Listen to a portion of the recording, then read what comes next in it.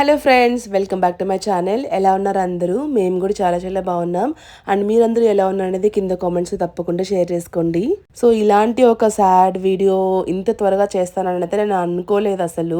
Already నా YouTube channel terminate అయిపోయి ఆ బాధలో ఉన్నాను అనమాట. ఎంత అంటే ఒక స్టేజ్ వస్తుంది కదా మన లైఫ్లో, అన్ని కష్టాలు ఒకటేసారి వస్తాయి అన్నట్టు.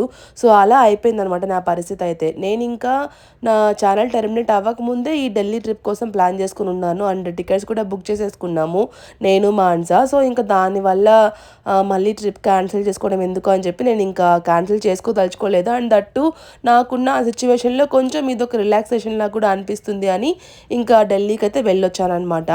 ఇంకా ఇది ముక్కోటి పక్క రోజు అంటే December 31st వ్లాగ్. సో ఇంకా December 31st మేము రిటర్న్ టికెట్స్ బుక్ చేసుకుని ఉన్నాము.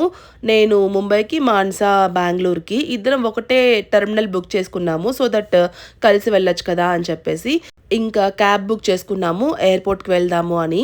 ఇది జేఎన్యూ ఎగ్జిట్ గేట్ అనమాట. ఎగ్జిట్ అండ్ ఎంట్రన్స్ రెండు అదేలేండి. సో ఇంకా మేము బయటకు వచ్చేసాము జేఎన్యూ యూనివర్సిటీ నుంచి.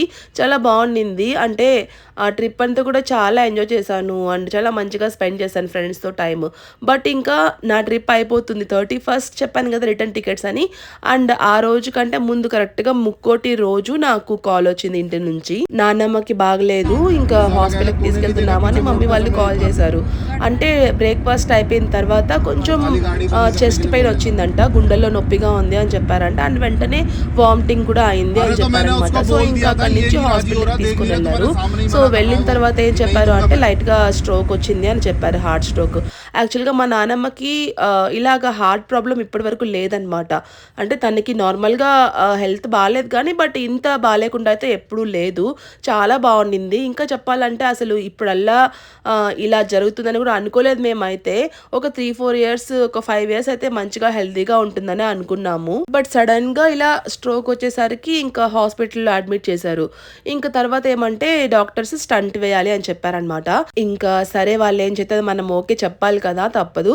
సో అందుకని ఇంకా మేము ఓకే అని చెప్పామన్నమాట. బట్ ఒకటేసారి 2 స్టంట్లు వేశారు. కానీ ఆ రోజు ఏంటి అంటే బాగానే ఉన్నారు నానమ్మ. అంటే ముక్కోటి రోజు ఈ సర్జరీ జరిగింది. నైట్కి కొంచెం బాగున్నారు. ఇంకా ఐసీయూకి షిఫ్ట్ చేశారనమాట ఆఫ్టర్ సర్జరీ. ఇంకా అందరూ కొంచెం హ్యాపీ అయిపోయారు. లైక్ నార్మల్గా అయిపోయింది, అందరితో బాగా మాట్లాడుతుండింది. ఇంకా ఓకే అని నేను కూడా అసలు చాలా టెన్షన్ పడిపోయాను. నేనైతే ముక్కోటి రోజు నేను బయటికి వెళ్ళానే కానీ నాకు ధ్యాస అంతా మా నాన్నమ్మ మీదే ఉండిందనమాట. ఎలా ఉంటుందో, ఏమవుతుందో, సర్జరీ ఎలా అవుతుందో అన్నట్లుగానే భయం వేస్తూ ఉండింది. అంటే సర్జరీ అంటే ఇట్స్ నాట్ లైక్ సర్జరీ అంటే ఫుల్ ఫ్లెడ్జ్డ్గా స్టంట్ వేయడమే కదా, బట్ కొంచెం ఏజ్ ఉన్నప్పుడు రిస్క్ కదా. సో అందుకని కొంచెం భయంగా ఉండింది. ఇంకా వన్స్ ఎప్పుడైతే అది బాగా జరిగింది అండ్ తర్వాత ఐసీయూకి షిఫ్ట్ చేశారు అండ్ ఇంకా పక్క రోజు రూమ్కి షిఫ్ట్ చేస్తారని చెప్పారు. అప్పుడు చాలా బాగా అనిపించింది. చాలా హ్యాపీగా అయిపోయామన్నమాట అందరం. అమ్మయ్య తగ్గిపోయింది, ఇంకా ఏం లేదు అన్నట్టుగా. ఇంకా నైట్ కూడా అందరితో బాగా మాట్లాడిందంట నానమ్మ. మంచిగా డిన్నర్ కూడా చేశారు. ఇంకా మా తమ్ముడిని కాఫీ కూడా తెచ్చిమ్మని అడిగిందంట. కాఫీ తాగి హ్యాపీగా పడుకున్నారు. ఇంకా నాకేమంటే వీడియో కాల్ చేద్దాము అంటే వీడియో కాల్ అప్పుడు అలో చేయలేదు ఐసీయూలో. ఎందుకంటే ఐసీయూలో ఉన్నప్పుడు ఒకళ్ళిద్దరినే కదా ఉండనిస్తారు అండ్ దట్టు అప్పుడు ఎవరు లేరు. ఇంకా నాకు కాల్ చేయడానికి కూడా కుదరలేదు. ఇంకా మార్నింగ్ చేద్దాంలే వెంటనే అని అనుకున్నాను. ఇంకా ఆ రోజు బయలుదేరేస్తున్నాం కదా. సో ఇంకా మార్నింగ్ లేచేద్దాం అనుకున్న టైంకి కరెక్ట్గా నాకు నాన్న కాల్ చేశారనమాట. హాస్పిటల్ నుంచి కాల్ వచ్చింది. నానమ్మకి మళ్ళీ ఇంకొకసారి స్ట్రోక్ వచ్చిందంట. తెల్లవారుజామున 3 o'clockకి అలాగా కొంచెం సీరియస్గా ఉంది, హార్ట్ బీట్ అంతా పడిపోతుంది అని చెప్పారు. మేము ఇంకా హాస్పిటల్కి వెళ్తున్నాము అని చెప్పారు. అంటే ఆ 2 స్టంట్స్ వేయడం వల్ల నానమ్మ తట్టుకోలేకపోయారనమాట. నార్మల్గా ఒకటి వేసిన తర్వాత కొంచెం గ్యాప్ ఇచ్చి ఇంకొకటి వేయాలి అన్నారు. అది మాకు తర్వాత తెలిసింది. బట్ ఇంకా అయిపోయిన తర్వాత ఏం చేయలేం కదా.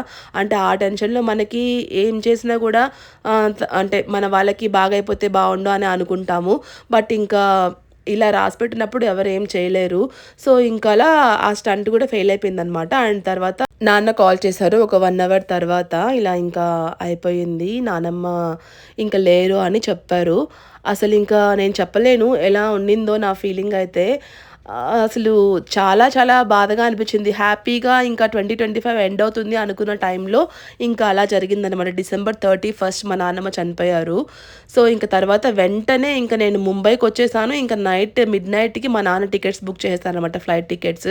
ఢిల్లీ నుంచి ముంబైకొచ్చాను. ఇంకా మళ్ళీ ఒక 1 అవర్, 1 ½ అవర్‌లో మొత్తం మా ముగ్గురికి బ్యాగ్స్ ప్యాక్ చేశాననమాట. హాసిని ఏమంటే నేను వచ్చే లోపల తన బ్యాగ్ ప్యాక్ చేసుకుంది. అండ్ ఇంక మా హస్బెండ్ కూడా ప్యాక్ చేసేసుకున్నారు.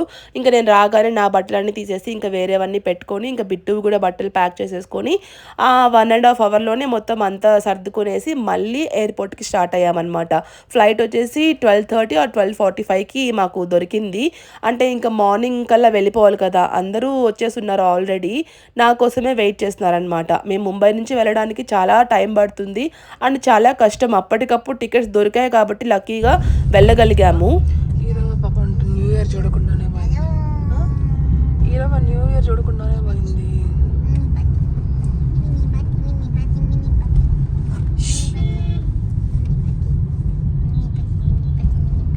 నేను హాస్ని అదే అనుకుంటున్నాము. అవ్వ ఇంక అసలు న్యూ ఇయర్ చూడకుండానే వెళ్ళిపోయింది అని. మా బిట్టు బాబుకేమో అసలు అంటే ఎందుకెళ్తున్నామో కూడా అర్థం కాలేదు. వాడు చిన్నోడు కదా! వాడికి తెలీదు. నార్మల్‌గా నెల్లూరుకెళ్తున్నాం అని అనుకుంటూ ఉన్నాడనమాట. ఇలా మా నాన్నమ్మ చనిపోయారని, ఇంకా ఆమెను చూడలేము ఇదంతా వాళ్ళకి అర్థం కాలేదు. అదే ఇంక చెప్తున్నాను. ఇంకా మనము వీరవ్వని చూడలేము. రేపే లాస్ట్ అని చెప్తున్నాను. సో, ఇంకా బిట్టు కూడా చాలా ఫీల్ అయ్యాడు. తర్వాత తెలుసుకున్న తర్వాత డైరెక్ట్‌గా చూసినప్పుడైతే చాలా ఫీల్ అయ్యాడసలు. మా కాలనీలో ఏమంటే ముంబైలో న్యూ ఇయర్ చాలా గ్రాండ్‌గా చేస్తారనమాట. New year celebrations 31st night. Almost ఒక 2, 3 ఇయర్స్ నుంచి నేనైతే ముంబైలో లేను. నేను ఇక్కడ ముంబైలో న్యూ ఇయర్ సెలబ్రేట్ చేసుకొని కూడా 4 ఇయర్స్ ఏమో అయిపోయింది. వచ్చారా ఇప్పుడే వచ్చేస్తున్నారు వాళ్ళు ఆల్రెడీ. వాడికి అర్థం కావట్లేదు మనం ఎందుకు పోతున్నావు. ఇంకా రే ఈరవ కోసం వెళ్తున్నాం రా మనం.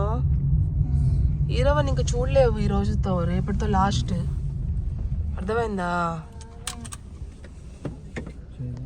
ఇంకా ఈసారి ముంబైలో ఉందాము అని అనుకున్నాము. అంటే ముంబైలో చెప్పాం కదా చాలా బాగా చేస్తారు డీజే అండ్ ఇంకా పిల్లల పర్ఫార్మెన్స్లు, ఇంకా డిన్నర్ అంతా అక్కడే ఉంటుందన్నమాట.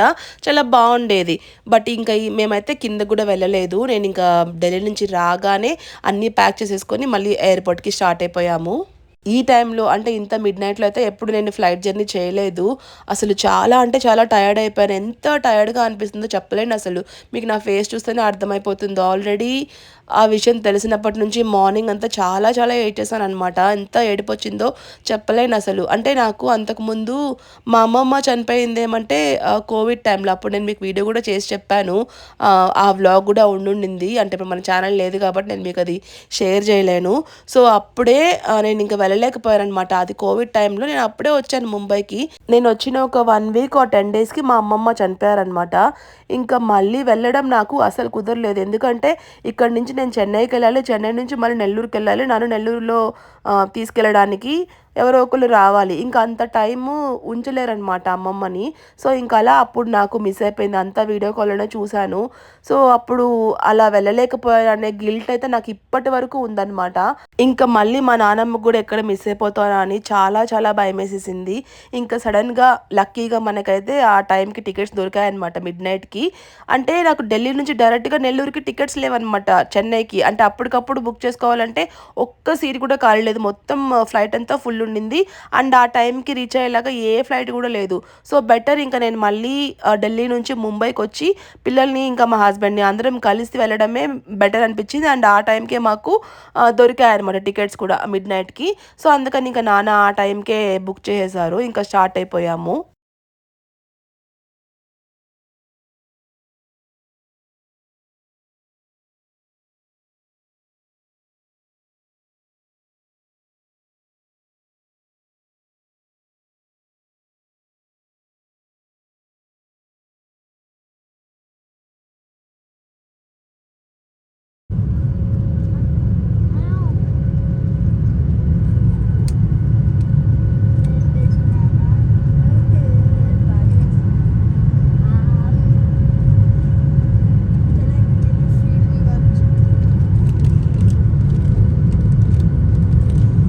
నాకైతే ఎంత టైర్డ్ అంటే అసలు ఆ రోజంతా ఎయిర్‌పోర్ట్‌లో అండ్ ఫ్లైట్‌లోనే సరిపోయింది. మార్నింగ్ నుంచి లేచిన దగ్గర నుంచి ఆ ఫ్లైట్‌లోనే ఉన్నాననమాట. ఎయిర్‌పోర్ట్‌లోనే తిరుగుతున్నట్టు అనిపించింది నాకైతే. ఆల్రెడీ ముందు 2 డేస్ ట్రిప్ కదా! అంటే బృందావన్ అండ్ మథురాకెళ్ళొచ్చాం కదా! తిరిగి తిరిగి చాలా టైర్డ్ అయిపోయింది. అండ్ తర్వాత ఇంకా ఇలా జర్నీ చేయడం అండ్ దట్టు ఇంకా ఏ రీజన్ అంటే మా నానమ్మ చనిపోయిన రీజన్ అనమాట. అది ఇంకొక సైడ్ దిగులు. అసలు నా పరిస్థితి ఎలా ఉండిందో చెప్పలేననమాట. అంత హెవీ హార్ట్ అయిపోయింది నాకైతే. అండ్ ఇంకా మా చెల్లి వాళ్ళైతే ఆల్రెడీ వచ్చేసున్నారు. మా చెల్లి కూడా అంతే కరెక్ట్‌గా ఇంకా ఆఫీస్‌కి బయలుదేరదాము అని చెప్పి బస్ ఎక్కేసింది కూడా ఆల్రెడీ. ఇంకా మా నాన్న కాల్ చేసి బస్ దిగేసేయమని చెప్పేసరికి మధ్యలోనే ఆఫీస్ బస్సు దిగేసిందనమాట. ఇంకా అప్పుడు వాళ్ళు ఇంక బై రోడ్ కార్‌లో వచ్చేసారు. అంటే ఇంక మళ్ళీ లేట్ అయిపోతుంది కదా! నైట్‌కి బయలుదేరాలంటే మళ్ళీ బస్సు లేట్ అయిపోతుంది. సో, అందుకే ఇంక వాళ్ళు వచ్చేసారు ఇంటికి నెల్లూరుకి.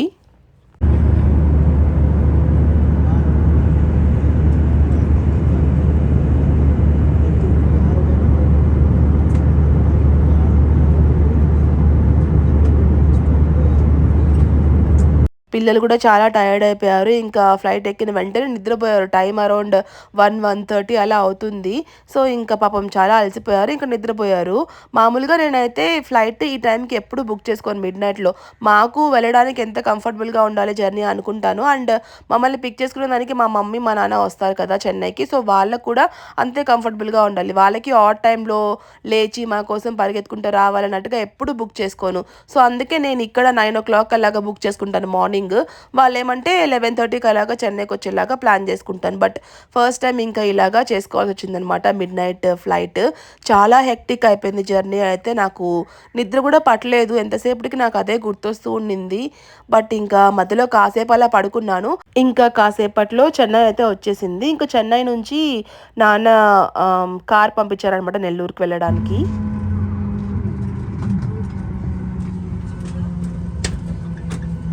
Coming close right in the turn position and turn track.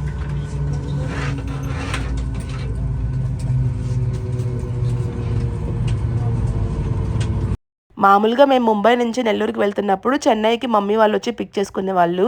నాన్న, మమ్మీ వచ్చి. బట్ ఇంక ఈసారి వాళ్ళు అసలు రావడం కుదరదు కదా! సో, డ్రైవర్‌ని పంపించారనమాట. ఇంకా మేము స్టార్ట్ అయిపోయాము. ఎర్లీ మార్నింగ్ 3:00కి చెన్నైలో ల్యాండ్ అయ్యాము. ఇంక అక్కడి నుంచి 3:30కి అలాగా బయలుదేరాము నెల్లూరుకి. అక్కడికి వెళ్ళడానికి ఆల్మోస్ట్ ఒక 4 అవర్స్ పట్టింది. అప్పుడు వర్షం పడుతున్నిందనమాట చెన్నైలో.